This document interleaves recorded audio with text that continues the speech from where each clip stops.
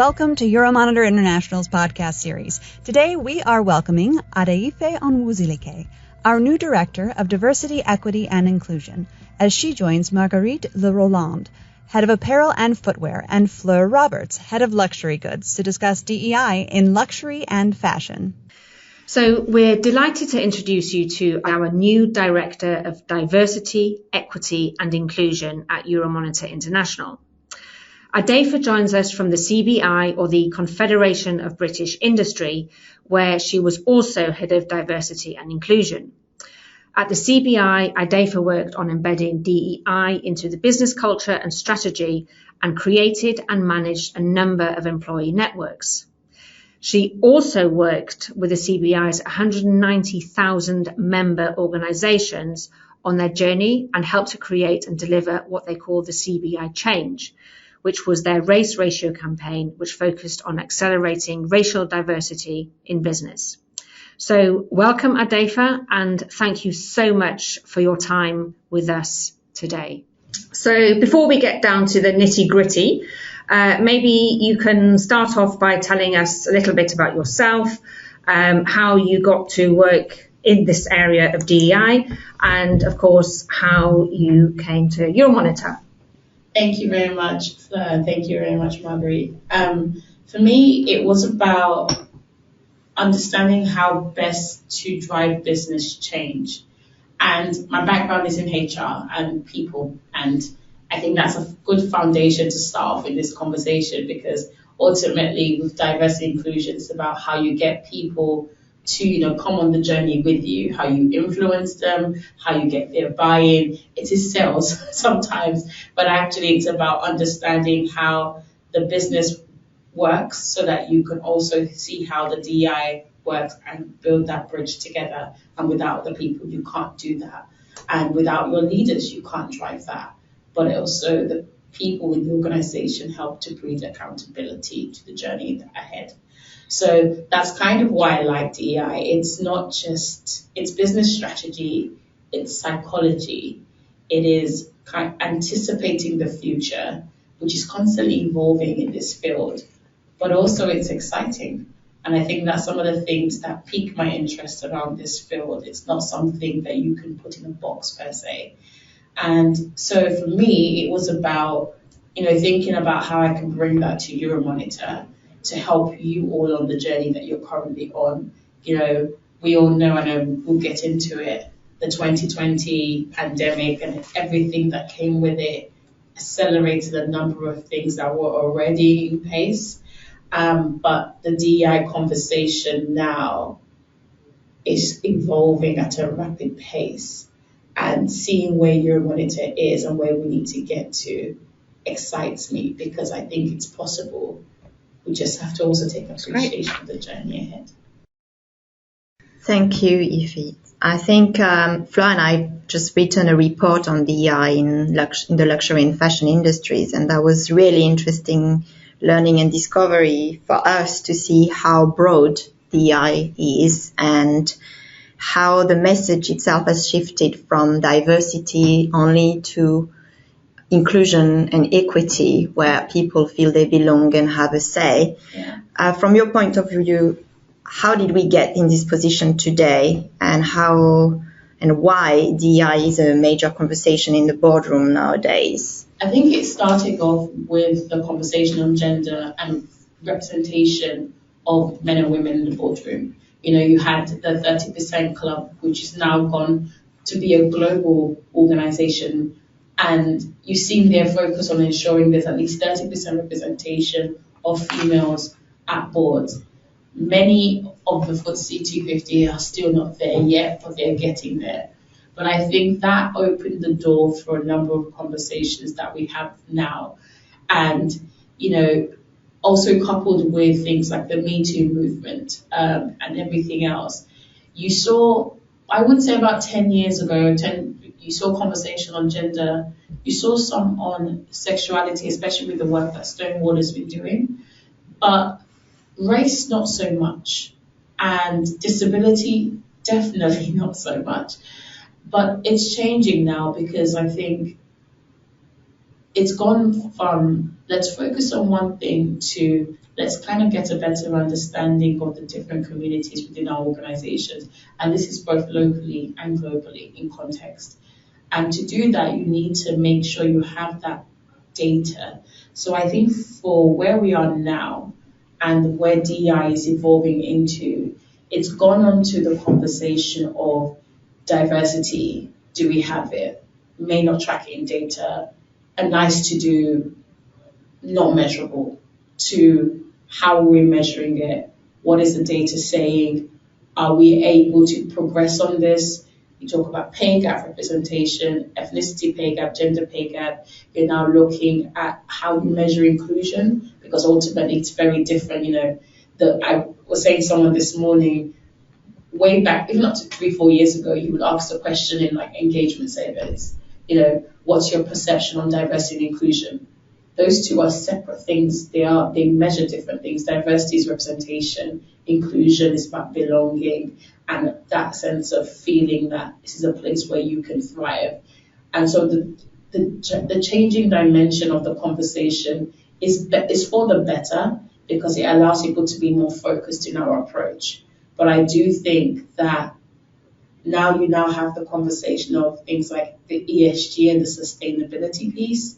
And that's where you're going to see the conversation, take another level, because it's gone from a good to do to now it's an expectation in business, and that leaders are supposed to be driving that conversation, and that there is supposed to be not just positive intent, but actually action to do it, because that accountability piece is important. People are joining organizations and they're asking the questions, where are you on this agenda, and this agenda? And failure to be able to answer that leaves you exposed. You're seeing brands now, people are looking at the content they're putting out. It's not just about, I'm going to put it out, whatever comes, maybe it comes and happens, that's fine. But actually, you have to be wise about what is the message behind everything, because people are asking you, where is the diversity? What is the message? And they're using that to measure impact. And because people are now more vocal, I think also because of the pandemic now, people are more vocal than they ever been.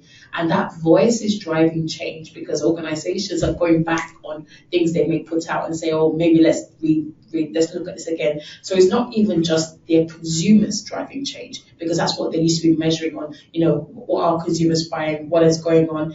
It's now measuring that external voice. So the diversity conversation is different, because your brand isn't just for who you're dealing with. Your brand, if it's got as much impact and gravity as it does, it's now being influenced by all the other external factors. So it's an interesting conversation now. It's very different, but it's hopefully for the better. So you just mentioned the pandemic.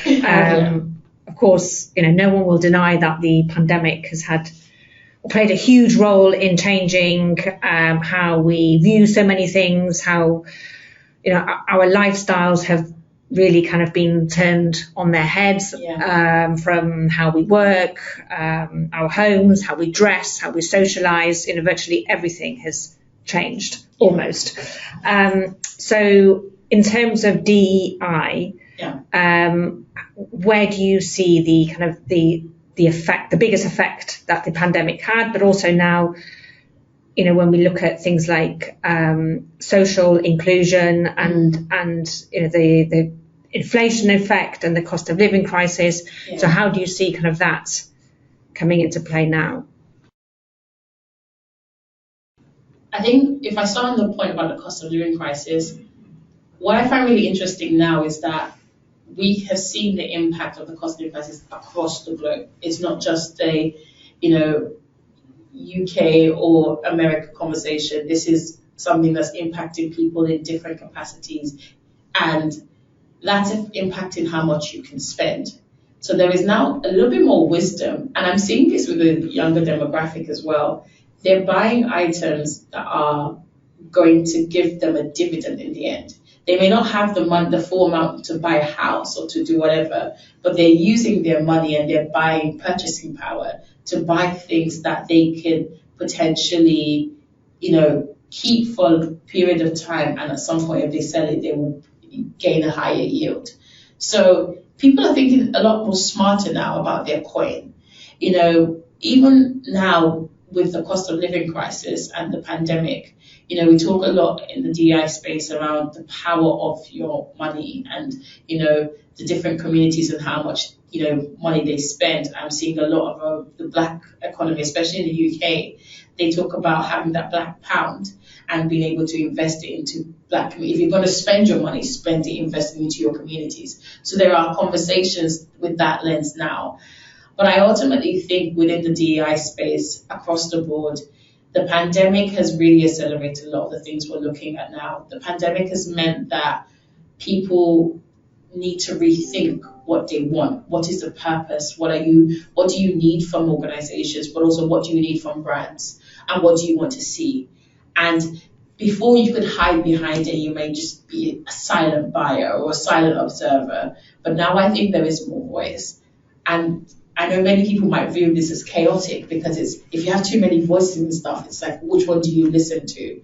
But actually, the voices positioned well, especially from underrepresented groups, are really helping to shape conversation. And you're seeing, let's pick an example. You saw when there was an ad that came out, I think a couple of years ago, with the Pepsi and Kendall Jenner. And people at that time were like, you're saying that, they didn't understand the link between the product and the delivery because of some context behind that. And it's making people think about, what is your message behind what you're trying to put out? Because if the message doesn't make sense, what are you doing this? Or even if you look at some certain high-end magazines now, they're making sure that the people on that cover, whatever product you're selling, if it's from Dubai or the Middle East, have people from those groups represented there as well. So there's a lot more pace in what's going on now, but it's an interesting one because it really is driving changes within organizations, but it's also making, whereas before an employee or employees can be saying, let's do this, that external voice, which is impacting boards, investors, and so on, is now added to what's been going on. So people are now saying, we need to do this for the better good of our organization. That's really interesting, Aoife, what you're mentioning. And I think you stress on how consumer voices have been driving the change. I wanted to touch on another key driving force that we might see soon enough as legislation, regulation. We see a shift in ESG regulations. And what does it mean exactly for DEI? I think of, for example, the EU Green Deal that's just been discussed at the Commission.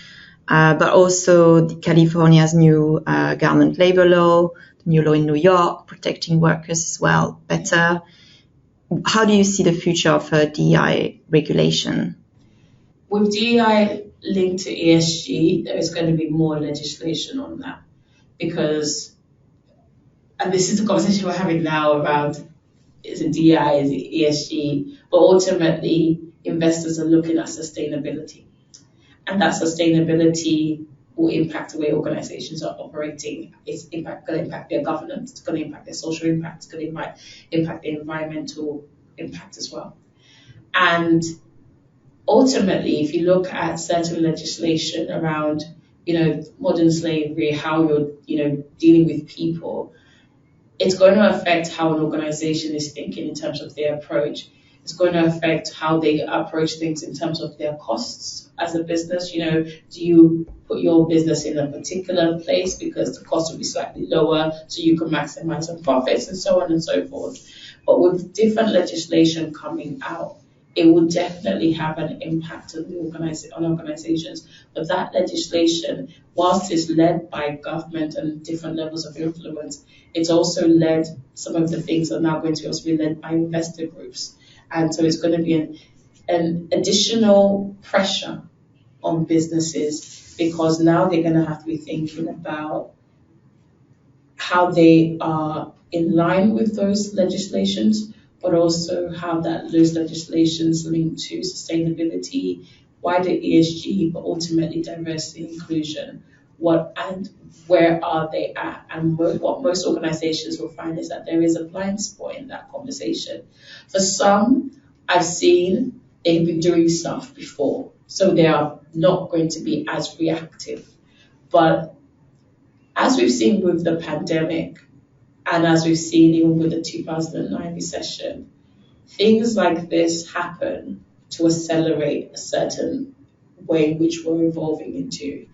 And so the onus is on businesses now to be doing things proactively before legislation comes out. So you are positioned in the best place you can potentially be, so that you are, it's about the mindset. Leadership and organizations, when they're building their strategies now, have to be thinking about what does the next 5 to 10 years look like. Many of them never expected 2020. And the fact that, many people thought the pandemic was going to end that year or in 3 months' time, and many got a rude awakening. And so there is a job now on boards, on leaders to think about how they are positioning themselves for the next 5 years. I always use this word, which is your blind spot. Find out what your blind spot is right now. Is it in the talent? Is it in the skills? Is it in the way you're positioned? Is it in the brands? Is it in the markets? Is it in the sectors and the industries? Figure out where exactly they are and work to maximize it, but also with an eye to what legislation is going to look like, so that you're not caught unaware. And are there any countries or companies that you think are doing particularly well in the DEI area? I think everyone's on the journey. Okay. I think, for me, with the different organizations I've spoken to, worked with, what I would say is a lot of people have a lot of good intent. I think the execution is where people probably have a question mark on, because your execution has to meet the needs of 3 stakeholders: the employees, your clients, your audience, but also for the wider or bigger organizations, your boards and the investors. So there's going to be pressure to act, but it's how speedily you act, but also how well you do so. So I wouldn't personally say that there is a country or an organization that's doing well. I think there are some that are slightly progressive on certain agendas. I think there are some agendas that people still aren't ready to have that conversation with yet. If you look at even being able to capture data, which is a key fundamental of the ESG piece and the DEI piece, in some countries you can't capture data that you need to help you understand what you can do, because that is a legal legislation. You can't go through, you can't override that. So that will put some organizations on a back foot. But if they've got a global presence, they could probably collect the data in London, but you might not be able to collect it in parts of Europe. So it's how you're maximizing the opportunities that you have. So I do think there are some that are making progress on the DEI space, but I also do think that one of the ones that people are still figuring out how to crack is the race piece. It's the race piece on how you attract talent, because you want that talent to be able to help you to shape your organization, to give you insight on how to access that talent and how to engage those groups, because ultimately you also want to engage them as potential clients, right? Many aren't there yet. So I would just put this at everyone's on a journey, but there are things that are impacting the journey. They always say, there's a race line, right? You want to get to the end, but there are different kind of obstructions in place. I think that's kind of where people are at. But I do think if people want to overcome that, they can, because your intent has to match your action, which will also ultimately impact your delivery. But I do think there are some good organizations that are doing stuff. One of the examples I would give is thinking about the older generation, especially women. If you want to talk about menopause, in India they talk about it. In the UK they talk about it, because you're thinking about women who are in a different space, different age group, but are still in the workforce, and you want to retain them. How are you doing that? So how are you then using that to speak to your clients, speak to your audience, speak to the people that you say you're thinking about these groups? It's different.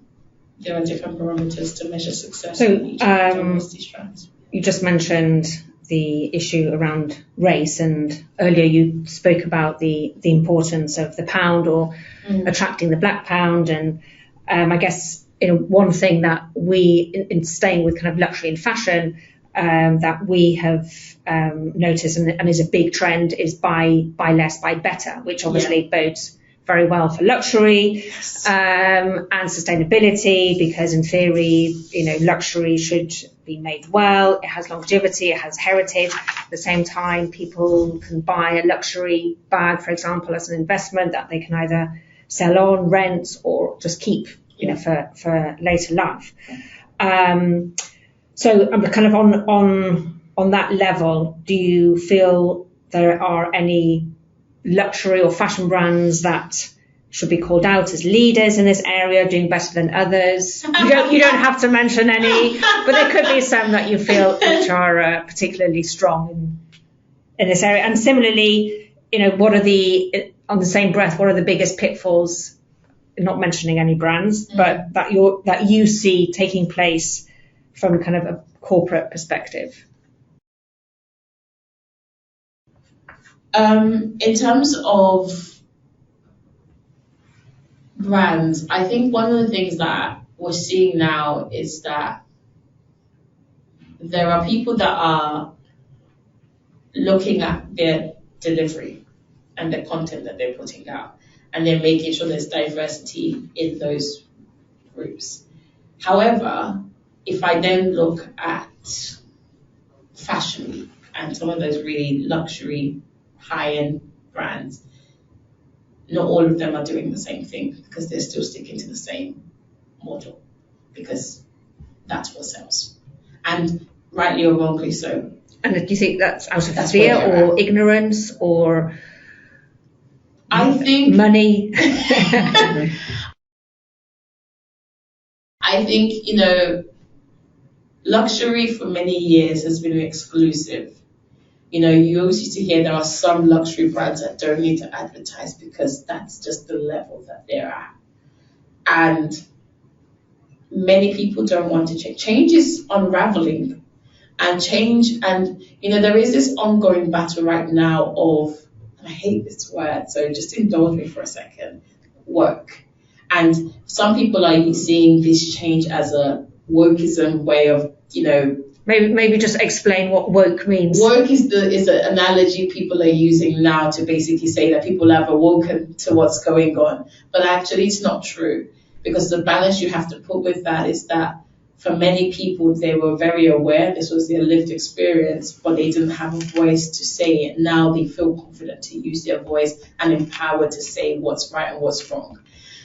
But then on the other end, you have some people that have also awoken to it, and they're like, yeah, we stand with you, but it's just a balance of that conversation.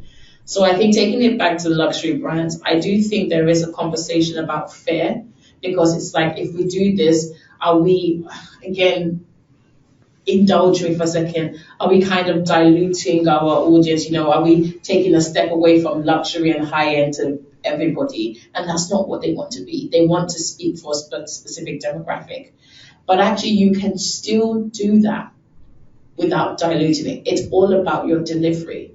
You can still make sure that you're delivering the best high-end product.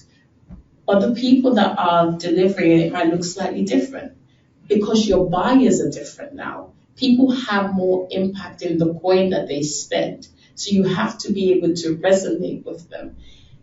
Point in case, Fenty. When it came out, everyone was up in arms because Rihanna did something that many couldn't do. She was able to bring out an array of shades. You could have done it. You chose not to. You just didn't want to. And that could be down to fear or ignorance. But when she did it, everyone's now like, I've seen a lot of the brands and they're like, we have this shade in mocha. We have this shade in this. And again, it's looking back, you could have been a front runner in the conversation. But now we all know that you're responding or reacting. Like MAC was something people used to buy all the time, but now people are leaning more to Fenty. But Fenty's price and what they do doesn't change. And they probably don't really have to advertise much, But people still go to them because they know that it speaks to a wider demographic. And I think it's the thinking that you have behind that that's important. I think one of the pitfalls that people have is that they're not ready to make change yet because they're comfortable. And comfort does not bring growth. Comfort just brings stability. But actually, comfort also pushes you back. If you remain in the same place you are now, and in 5-10 years' time, you're still operating by that same model, you will be out. Like you just won't have as much gravity and platform as you would do if you had evolved your strategy. I think the thinking in boards and in rooms that will impact these kind of decisions also need to be evolved. Shift away from thinking that it's it's part of this next level agenda to do this, but actually think about, are we really speaking for the demographic that we work through? At some point, the audience that you're talking to will get smaller. So what are you doing to ensure that that doesn't impact you and your bottom line of the organization? It's a business. You have to think commercially. And I think for luxury and for fashion, you have to, because women come in different shapes and sizes, and they want products that will help them, especially fashion. A woman that may be exceptionally in the high earner bracket, if she's pregnant, she's going to be bigger than the size that is advertised on the runway. So you need to have clothes that will help her to, still look that great, but do that. So it's just about evolving your thinking, shifting beyond fear and comfort, knowing that it's not virtual signaling because you're doing it because everyone's doing it, but actually understand that you're doing it because it's the right thing to do. And that's what should be your driver. Thank you, Ife. I think that's really interesting. And to conclude, I think you mentioned everyone's on a journey now. Mm. If you could give maybe 3 practical steps for businesses looking to start that journey and to challenge the status quo and move away from their comfort zone, what would you say needs to happen to avoid any of these backlashes? Yeah. I think my first thing was say bring different voices to the room. Different voices. I remember going to somewhere a long time ago and someone said to describe diversity as chaos. And I was like, no, because you're just not thinking about it properly. And people are scared of having different voices, but manage the number of voices, but make sure they are different too. If everyone in the room thinks like you, then you need to have that diversity of thought. I'm not even talking about representation. I'm just talking about thought. You need that in the room. I think that's the first thing.